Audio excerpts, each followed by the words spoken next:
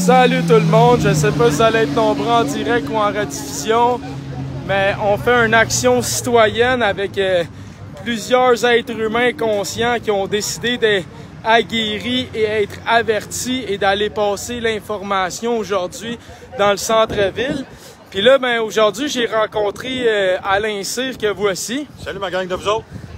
Puis il m'a donné un petit refresh. Il m'a dit, tu sais, Jonathan, il dit dans Charte C12, il dit, tu te souviens-tu l'article 37.2? Fait que là, j'ai ben oui, je pense que c'était l'affaire. Non, il me dit ça, il dit c'est 37, je pense. Fait que là, on check. Là, je regarde 37.2 comme il m'a dit. C'est quoi ça dit, Alain Cyr? Écoute, ben, on n'est pas avocat, mais il faut connaître nos lois. Fait que j'ai lu, puis qu'est-ce que ça dit? Je vais vous le lire textuellement. Un accusé a droit à la peine la moins sévère lorsque la peine prévue pour l'infraction a été modifiée entre la perpétration de l'infraction et le prononcé de la sentence. Fait que là, ça veut dire indirectement, en tant que citoyen qui use de liberté d'expression, nous ne sommes pas avocats ni conseillers juridiques ou juristes, mais on se demandait au barreau du Québec, n'est-ce pas Alain, la question est pour le barreau du Québec. Tout à fait. Donc on se demandait, la charte de 1 à 38 ne peut être dérogée. Techniquement, c'est ce qu'on lit au point 52, si je ne m'abuse, de ce même article. Là, donc nous, c'est 37.2, donc c'est avant 38. Donc exact. Notre question au barreau, c'est si le port du masque n'est plus obligatoire, donc on ne peut plus avoir d'amende. Ni le couvre-feu. Et ni le couvre-feu n'est plus obligatoire, on ne peut plus avoir d'amende. Donc la sentence a été modifiée, un peu comme tu nous disais, un accusé a droit à la peine la moins sévère lorsque la peine prévue pour l'infraction a été modifiée entre la perpétration de l'infraction et le prononcé de la sentence. Donc, exemple, moi, j'ai pas été encore jugé. Mais là, l'infraction n'existe plus. Donc, j'ai droit à la peine la moins sévère, donc un acquittement. Voilà. Donc, on se demandait ça, si l'interprétation citoyenne de nos droits et libertés était exacte. Donc, on envoie la question au barreau du Québec. Donc, on espère avoir un retour et on vous invite à communiquer avec eux sur InfoBarreau, leur envoyer l'article 37.2 et leur poser la même question que nous. Donc, merci de participer. Puis merci Alain, quelle belle surprise tu nous as rappelé. Fait plaisir parce que j'ai lu ça dernièrement, j'ai des tickets à contester et puis je regarde mes droits naturellement là-dedans. Puis je sais pas, mais si mes droits sont inaliénables selon l'article 52, on invite à aller valider. À ce moment-là, ben, il faut valider que 37.2 s'applique à nous. Donc, juste le montrer visuellement aux gens. 37.2, un accusé a droit à la peine la moins sévère lorsque la peine prévue pour l'infraction a été modifiée entre la perpétration de l'infraction et le prononcé de la sentence. Donc, voilà, il n'y a plus d'infraction. Donc, la peine la moins sévère pour l'infraction, c'est 0.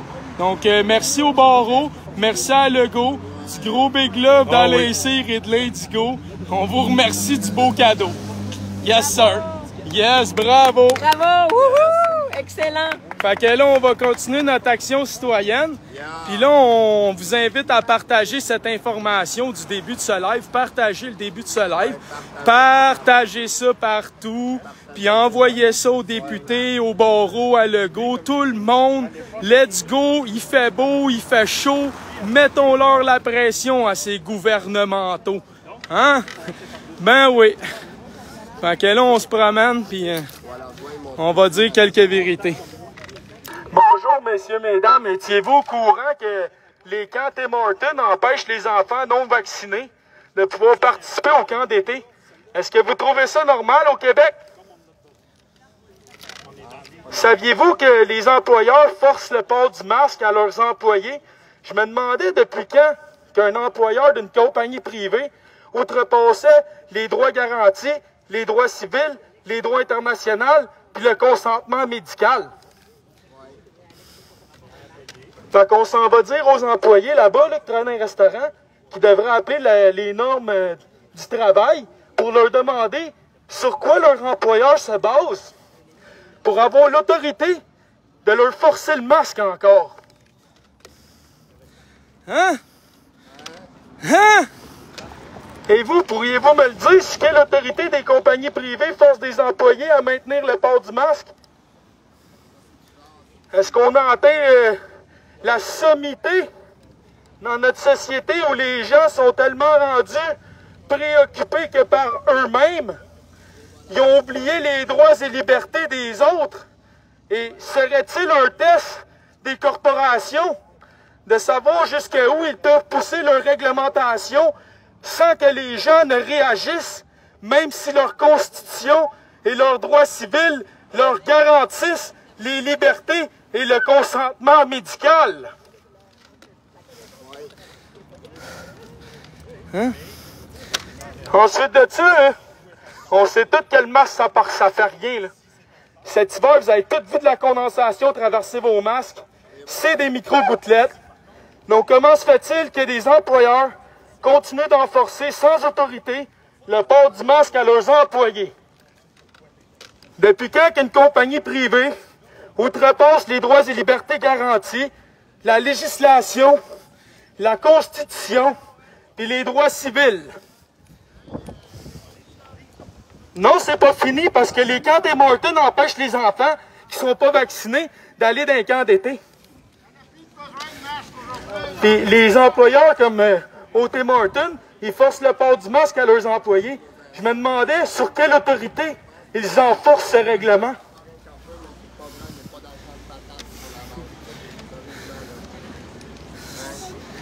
Saviez-vous que Tim Hortons discrimine les enfants non vaccinés? Yes, tu me connais? Yes. Doudou, c'est proche, Doudou. Yes. Ben, salut, bon clamato. Hein? Saviez-vous, messieurs, mesdames, que Tim Hortons discriminait les enfants non vaccinés? Il empêche les enfants non vaccinés d'aller dans un camp d'été. Puis les Tim Hortons forcent le masque sur leurs employés. Je me demandais en quoi est-ce qu'une compagnie privée peut dépasser les droits constitutionnels, civils, internationaux et politiques. Je me demandais dans quel genre de société je vivais actuellement. Si on est responsable, pourquoi on laisse les compagnies privatiser absolument tout? Posez-vous la question. Si on est responsable, pourquoi on ne dénonce pas les paradis fiscaux? Pourquoi on n'exige pas plus de redevances pour notre minerai et notre territoire? Si on est responsable, pourquoi on laisse la pharmaceutique faire des millions de profits sur la santé des gens? Si on est pour l'environnement, pourquoi il n'y a pas de toit vert? Pourquoi il n'y a pas de panneaux solaires? Pourquoi il n'y a pas de récupération d'eau de pluie? Pourquoi il n'y a aucun jardin nulle part? Wake the fuck up! Ouais, on s'amuse. J'ai dit, hein, le monde, il nous regarde. Ils sont comme... c'est fini! Non, c'est toi qui est fini. Asti, c'est toi qui est fini. Hein? Messieurs, mesdames, saviez-vous que les camps Tim Hortons empêchaient les enfants non vaccinés d'aller dans un camp d'été? Comment vous trouvez ça au Québec de vivre dans cette civilisation de plus en plus morale et spirituelle qui respecte le règne du droit, du bien-vivre ensemble et qui laisse des milliardaires privatiser l'école, la santé, le transport et autres quand on extracte l'argent en l'envoyant dans les sièges sociaux étrangers qui fait de l'inflation à nous tous. Donc comment se fait-il que si on est responsable, nous laissions notre argent aller à l'étranger dans les paradis fiscaux et dans les sièges sociaux de multinationales, trilliardaires, quadrilliardaires, qui font des milliards juste ce trimestre-ci. Total, 9 milliards. Suncor, 3 milliards. Shell, 9 milliards. En 3 mois, les amis. Mais quoi? Toi, ton inflation est belle, hein? Elle est bonne. T'en sens passer. Tu l'aimes? Salut, toi. Hein? J'espère que ça va bien, ma chère amie. Je suis au Parlement de Québec. Hein, yes sir. On doit être au Parlement de Québec. Non, mais à un moment donné. Ah, j'ai Continue, merci beaucoup. Toi aussi, continue la même bataille. Ça mène nous par là, pas grand monde par là. Et toi, là On va aller par là. OK. On va traverser ici, puis on va aller dans le parc.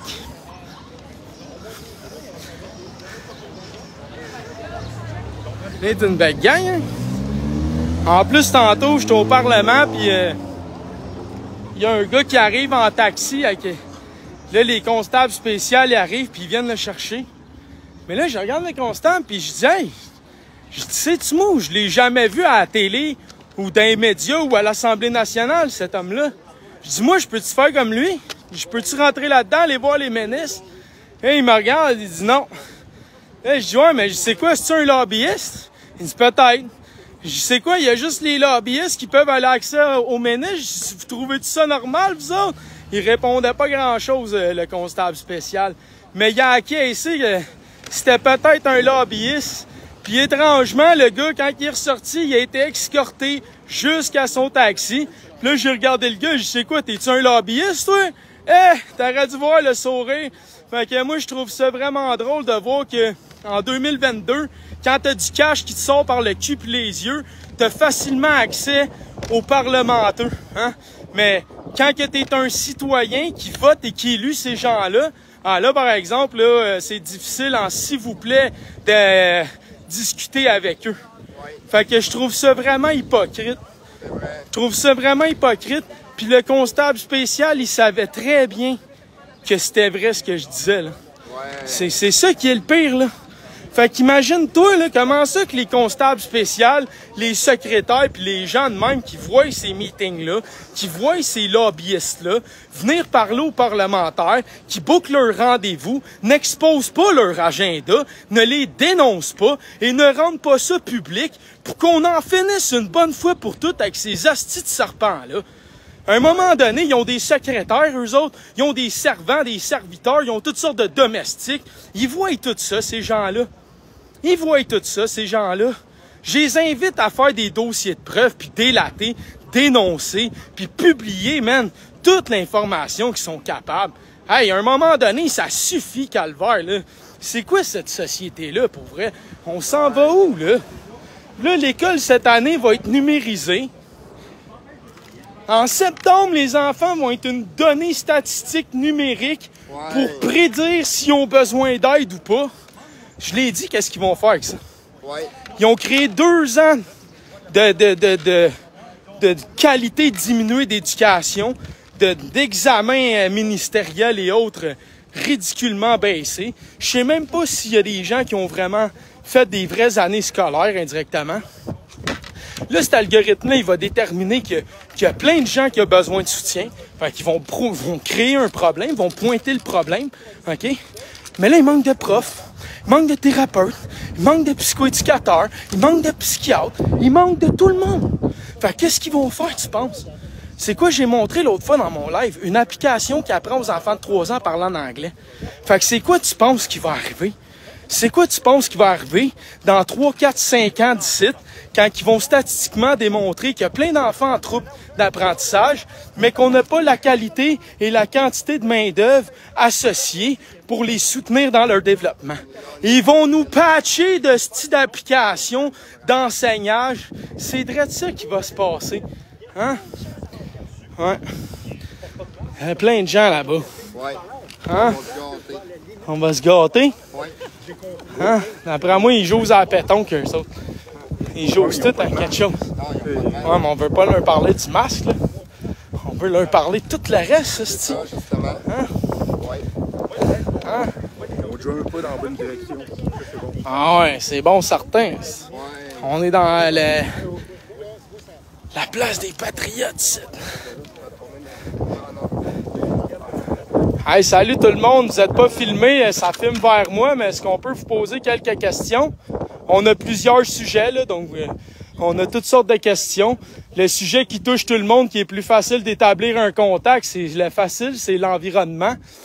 J'aimerais savoir, est-ce que vous trouvez ça normal qu'on vit dans une société où qu'on veut taxer les gens, mais qu'on crée pas de jardin de toit vert, de jardin local, qu'on empêche les gens d'avoir des superficies de jardin chez eux avec les règlements municipaux, qu'on les empêche d'avoir des énergies renouvelables avec les règlements municipaux, que encore aujourd'hui, les structures conçues n'intègrent aucunement la biodiversité ou la production locale. Donc, je me demandais, est-ce que vous trouvez ça logique que tout le monde accepte d'être taxé 40 cents le litre d'essence, mais qu'on ne plante pas d'arbres, qu'on ne restaure pas les berges et tout ce que j'ai nommé. Y a-t-il quelqu'un qui a quelque chose à dire?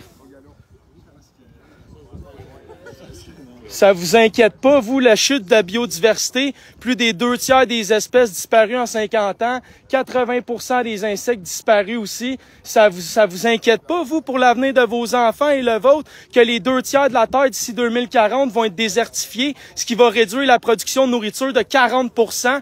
Donc, il va y avoir 2 milliards d'êtres humains de plus à nourrir. Vous avez rien à dire? Ça vous inquiète pas? Vous n'avez pas envie d'agir, de dénoncer la situation? Vous n'avez pas d'opinion?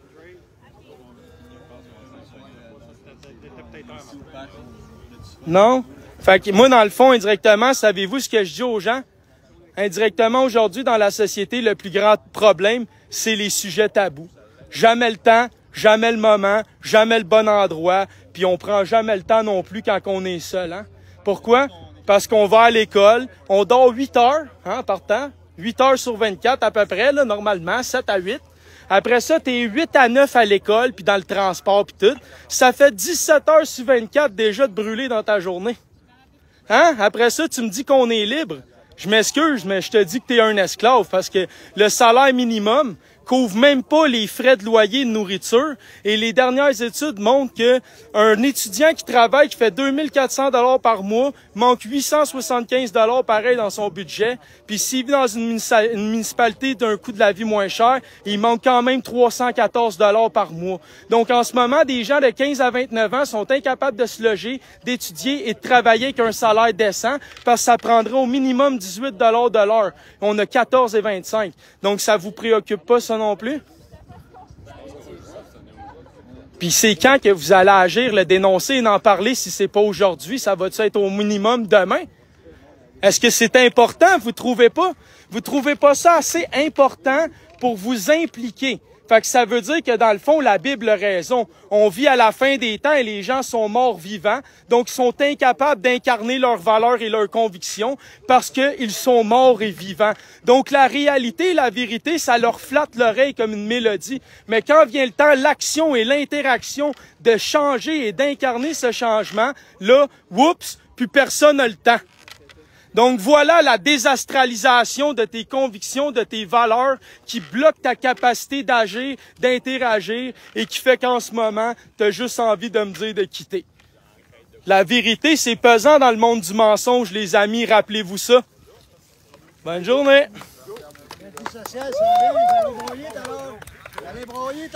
Et voilà. Joe, qui me parle? Qu'est-ce qu'il y a? Non, mais... Qu'est-ce qu'il y a? Non, mais laisse-les, on leur a parlé, ça suffit. Fais-tu vraiment plaisir, chaque fois que vous mettez du gaz dans votre char, de voir à quel point ça a augmenté? Chaque fois que vous achetez de la bouffe? Ouais, mais c'est ça, on s'en allait, c'est ça que j'y ai dit. Non, mais c'est parce que moi, de mon point de vue, je trouve ça anormal dans une démocratie citoyenne d'un monde conscient et responsable. On peut pas être conscient et responsable quand on ne parle pas des vrais enjeux et qu'on n'agit pas sur les vrais enjeux. Donc moi, ici, je suis là pour semer vos esprits et j'espère réparer vos âmes du mal qu'il a dit. Mais ouais, voilà comment ça fonctionne, les chums. Hein? Reste tranquille. J'ai dit de rester tranquille. On peut-tu vous pour la caméra filme vers moi, vous n'êtes pas filmé, ça filme vers moi, je filme jamais personne en public. Est-ce qu'on peut vous poser quelques questions? Dans le fond, on a plusieurs sujets là, ça peut être les paradis fiscaux, l'environnement. On est ici pour s'amuser, les gars, on n'a pas de ouais, mais c'est ça, on a le temps ici là, de s'amuser et de discuter parce qu'on cherche à déterminer c'est quand le meilleur moment dans la société pour parler des sujets tabous. C'est quand, dans le fond, le meilleur temps pour vous parler des paradis fiscaux, puis de l'environnement, puis du déclin de la biodiversité? Le déclin de la biodiversité. Le déclin de l'Empire romain, ça, je suis bien d'accord. Ottoman aussi. Ouais.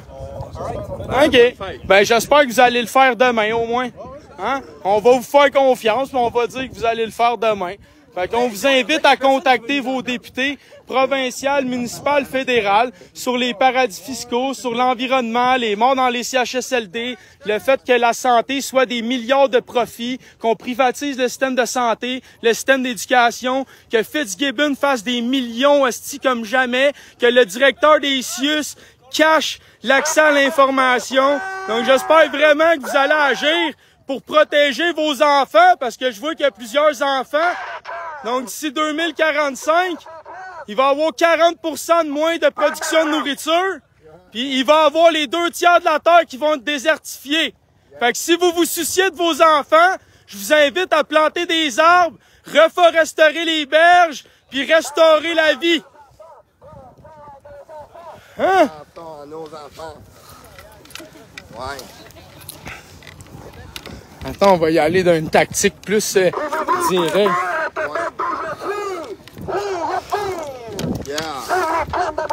Si l'environnement, c'est important, les amis, pour nos enfants, comment ça se fait qu'on restaure pas les berges? Que c'est pas rempli de fruits ici puis de fleurs pour les pollinisateurs? Comment ça se fait, si l'environnement, c'est important, que les gens acceptent d'être taxés 40 sous le litre, mais n'exigent pas des toits verts, des panneaux solaires, la récupération d'eau de pluie, qui laisse les municipalités interdire le jardinage? Donc, je me demandais, si on est vraiment conscient et responsable, comment est-ce qu'on peut laisser perdurer le déclin de la biodiversité, des biosphères et de ce qui nous permet de respirer et d'être vivant et d'avoir un corps avec une intégrité et une santé qui vient directement de la qualité des sols et de son humus, donc de la vie qui a décliné de 66% dans les 50 dernières années. Donc, vous ne trouvez pas qu'il serait temps d'agir? Oui, on retourne. Bon, là. Y a-t-il quelqu'un qui a de l'eau pour Joe? Parce que ça me prend de l'eau. De l'eau. Ah ouais, de l'eau. Parce que je vais mourir, là. La langue me colle dans les dents, dans le palais, pis tout. Ouais. On repart par le boulevard qu'il y a là en avant. Hein? T'es venu, Dave? Pis, comment tu trouves ça? Comment est-ce qu'il trouve ça, mon grand chum? Hein? C'est beau, Joe, OK? Toi, comment tu trouves ça? Ah, ça fait pitié au Québec en tabarnak. T'es un peuple soumis!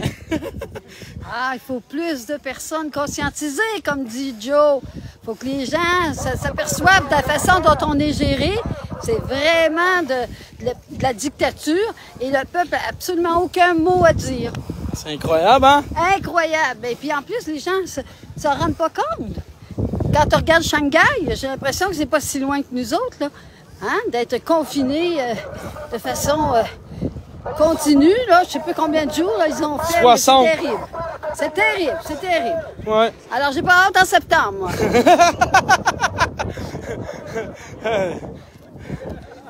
Un petit mot, ma chère. Un petit mot, comment tu trouves ça? Ben moi, je trouve ça vraiment cool, les actions citoyennes avec Joe, puis t'es hot, mon Joe. Yes. Quoi ton nom? Ah oui, ça dépend déjà une coupe de gorgée. Quoi ton nom? T'essayes-tu de rimer, toi, avec? Toi, comment tu trouves ça? T'es hot, mon Joe, bois ton eau. Ah! Tabarnak! Ça y est!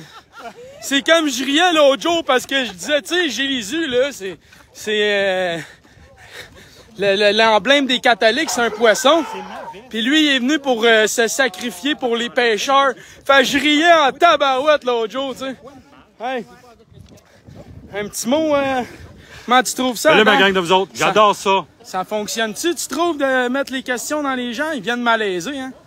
Oui, puis ce qui est le fun, c'est qu'on peut leur parler gentiment. Puis là, ils savent plus quoi dire parce que justement, on les confronte avec des faits. Ouais. Des faits, des réalités, des évidences. Nous, on les dénonce depuis longtemps, puis eux autres commencent juste à le découvrir. Puis voilà.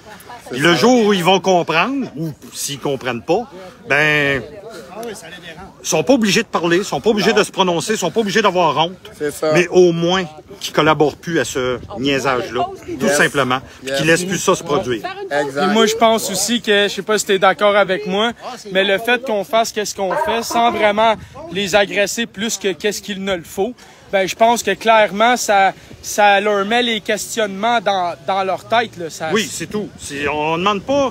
On les juge pas comme de quoi ils ont tort, mais qu'ils comprennent. Parce que des fois, ils n'ont pas compris. Avec tous les médias, ce qu'ils ont fait comme travail puissant de convaincre, au moins si on peut les faire réfléchir aux conséquences qu'on a raison maintenant qu'il ne se passe plus rien, ben c'est des preuves évidentes, c'est tout. Là. Je veux dire, on ne demande pas au monde de se mettre à genoux, puis on s'excuse, on s'est trompé. Non, ça va pas là. On veut les faire réfléchir pour plus que ça se reproduise jamais, c'est tout. Ouais, moi, mon objectif, c'est juste de les faire se poser des questions parce que je pense qu'avec qu'est-ce que je dis, c'est plus qu'évident. Puis là, ce qu'ils n'aiment pas, c'est qu'ils bypassent un argument, mais écoute, je peux en donner sur tellement de sujets, sur tellement d'affaires qui sont inondés. Puis là, leur information dans leur cerveau, là, c'est comme... Wow, ma réalité, mon illusion, Joe, je vais casser. Fait que c'est pour ça que tu fais juste quelques questions, bing bang, puis tu t'en vas. Puis là, ben, eux autres, indirectement, là, c'est tout en eux, là. C'est tout en eux. Comprenez-vous? Hey, on peut-tu vous êtes pas filmé, ça filme vers moi, est-ce qu'on peut vous poser une question? Est-ce que vous trouvez ça normal, juste m'approcher pour que les gens entendent, t'es pas filmé, inquiète-toi pas, ça filme vers moi, là, je filme jamais les gens.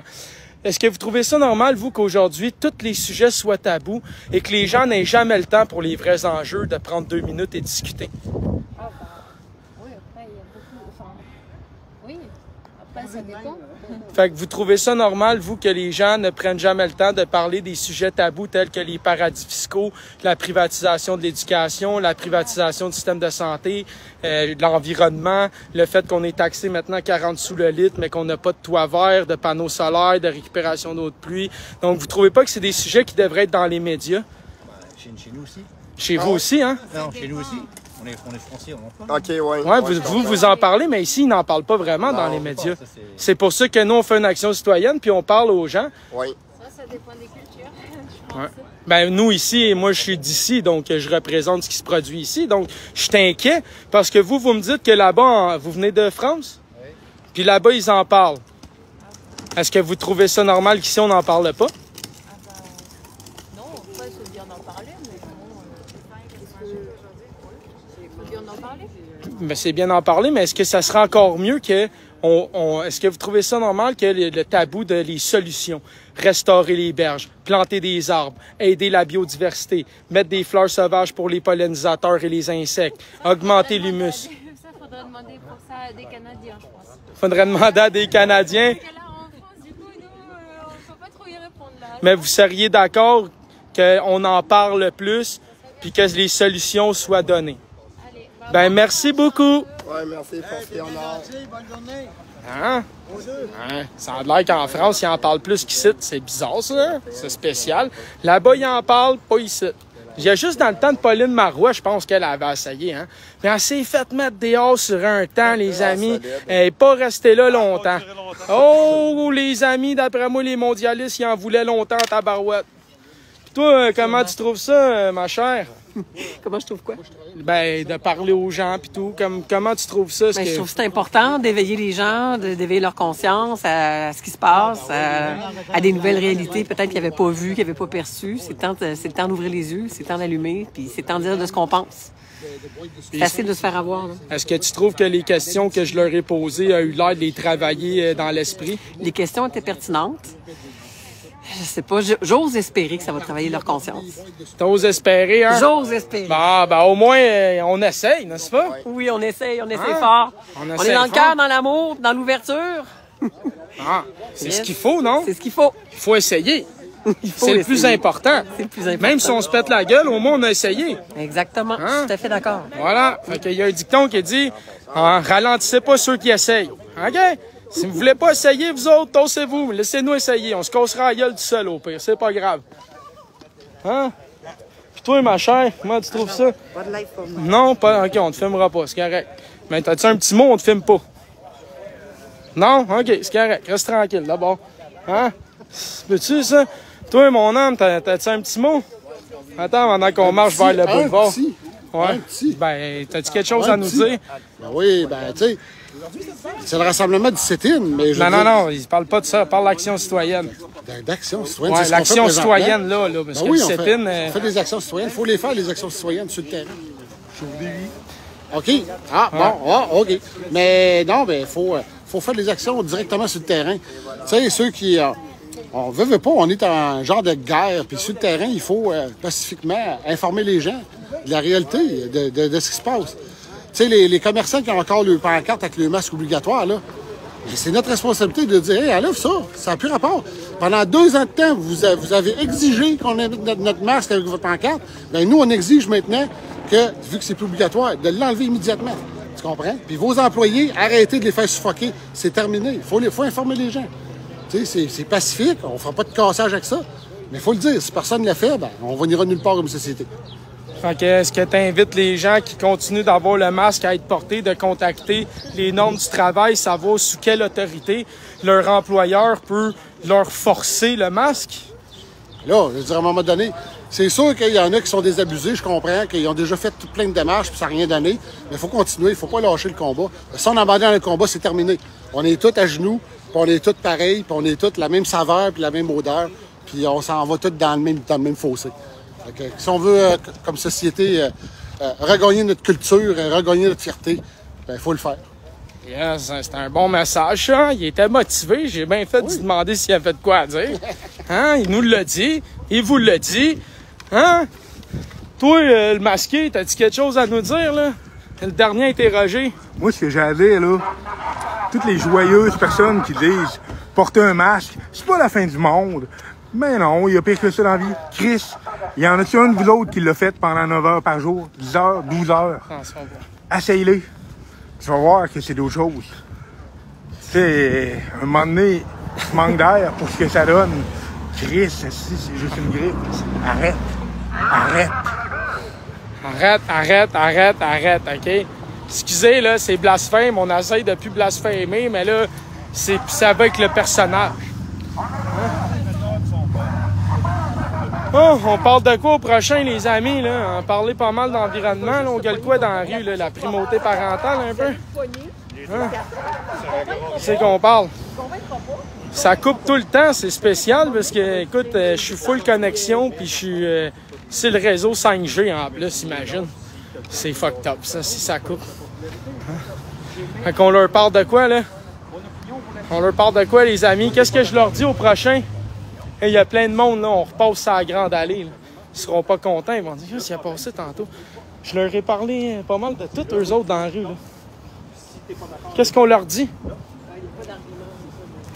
Qu'est-ce qu'on leur dit? Hein? On leur parle-tu des directeurs des CIUS qui veulent pas donner l'information qu'on a droit et qui la caviardent? Hein? On parle-tu de Marguerite Blais qui a protégé le gouvernement au lieu de dire la vérité? Qu'est-ce qu'on dit? On dénonce-tu les contrats à notre ami Fitzgibbon ou notre ami les Desmarais dans l'intelligence artificielle? Qu'est-ce qu'on dénonce? Hein? Parce que là, les gens, ils créeront pas là, si on leur dit que Couche-Tard a fait un projet pilote connecté. Hein? Ils créeront pas ça. L'identité numérique. L'identité numérique. Bon, OK. Salut tout le monde! Saviez-vous qu'en rentrée d'école cette année, en septembre, pour la première fois au Québec, tous les étudiants de tous les niveaux scolaires vont faire partie de l'identité numérique? Et oui, ils vont être analysés, scannés, répertoriés, tout ça dans un programme de données numériques. Et notre ami Fitzgibbon et Éric Kerr et compagnie nous disent qu'il est grand temps de forer cette mine d'or en conférence de presse. Donc, j'aimerais que vous réalisiez que l'identité numérique québécoise, c'est ce que les soi-disant complotistes disaient au début de la pandémie. Bien, pour cette année, en juin, l'identité numérique va être prête. En novembre, ça va être le portefeuille numérique. Puis en septembre, c'est la rentrée des élèves en numérique. Couche-Tard a fait une section dépanneur connecté depuis le mois de janvier 2021 où que tu peux rentrer et juste par l'application, sans passer à la caisse, partir sans payer, ça va être déduit directement de ton compte. Amazon fait la même chose. Donc, je me demandais, finalement, y avait-tu raison? Puis l'intelligence artificielle, ça va-tu pas tout au démarrer, ça? Je me demandais, je me posais la question, au Québec, on aime ça financer des marais, hein? Ça fait longtemps qu'on les soutient. Après ça, ils chiolent ces assistances sociales, mais eux autres, ils nous coûtent des milliards, hostie. Hein? Saviez-vous l'identité numérique, messieurs, mesdames? Pour la première fois en juin, elle va être prête. Le gouvernement vous invite à vous numériser. Tout ce qui est carte, tout ce qui est papier, tout ce qui est assurance, vous allez pouvoir l'avoir numérisé. Ben oui, les covidios, les complotistes avaient raison. Le numérique arrive. En juin, c'est l'identité. En septembre, c'est la rentrée scolaire numérique. Et en novembre, c'est le portefeuille numérique. Donc, d'ici décembre cette année, vous pourrez être les premiers complètement numérisés. Donc, soyez fiers de faire progresser les métadonnées et les corporations privées qui vont vous réglementer, vous taxer, puis vous contrôler parce qu'ils vont vous épier comme ils le font déjà. Mais là, pour la première fois, la législation de la création de la loi 6 d'un ministère de la cybersécurité va permettre au gouvernement d'administrer toutes vos données à sa guise. Et il va les vendre à qui il le veut. J'aimerais rappeler que ça fait des années que la RAMQ protège nos données des compagnies pharmaceutiques. L'année passée, il y avait 17 lobbyistes. Ben, nos données, ils sont rendus où, nos données? Maman, ça manquait de batterie. Ils sont rendus où, nos données? Ben, ils sont rendus aux compagnies privées. Ben oui, à travers les décrets, à travers le beau décret. Faut que je change de batterie. Hey, on casse. Je m'en vais changer mes batteries.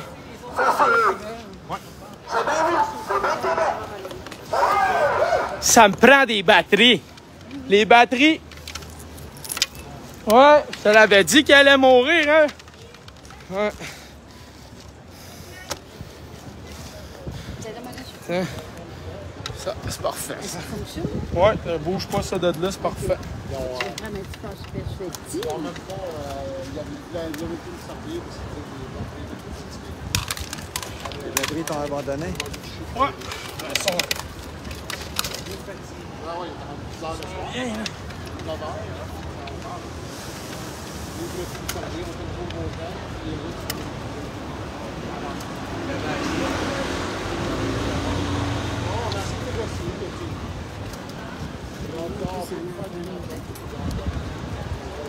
À 12 un budget. Il y en avait 8. Je pensais que c'était un paquet de 10. Marqué 10? Non, 10 ans de durée de vie. Ah, ok. Oui, avec 10.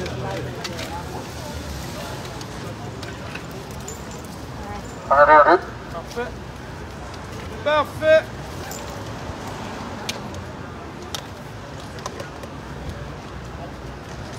Brand new.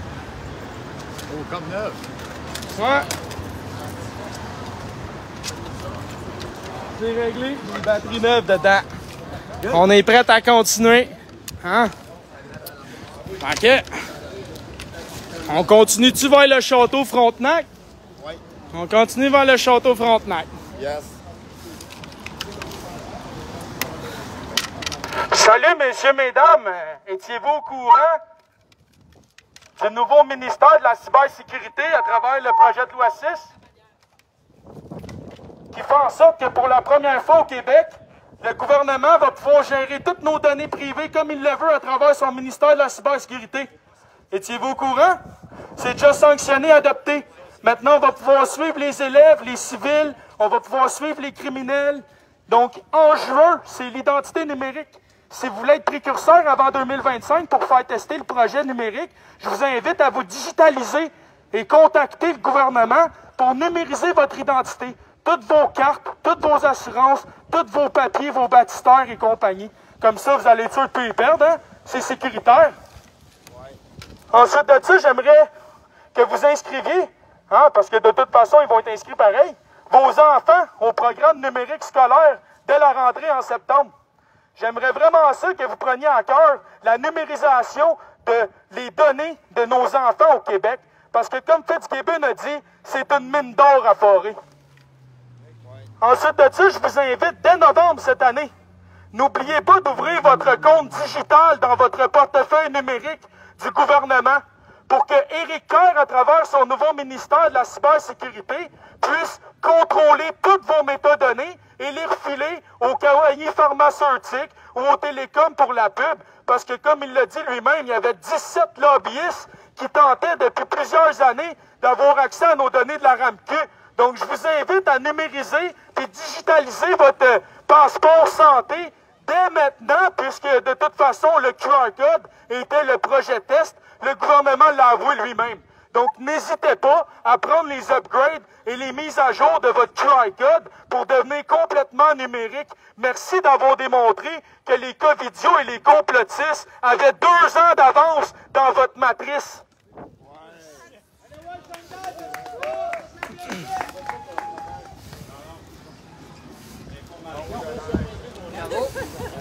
C'est pas facile, hein?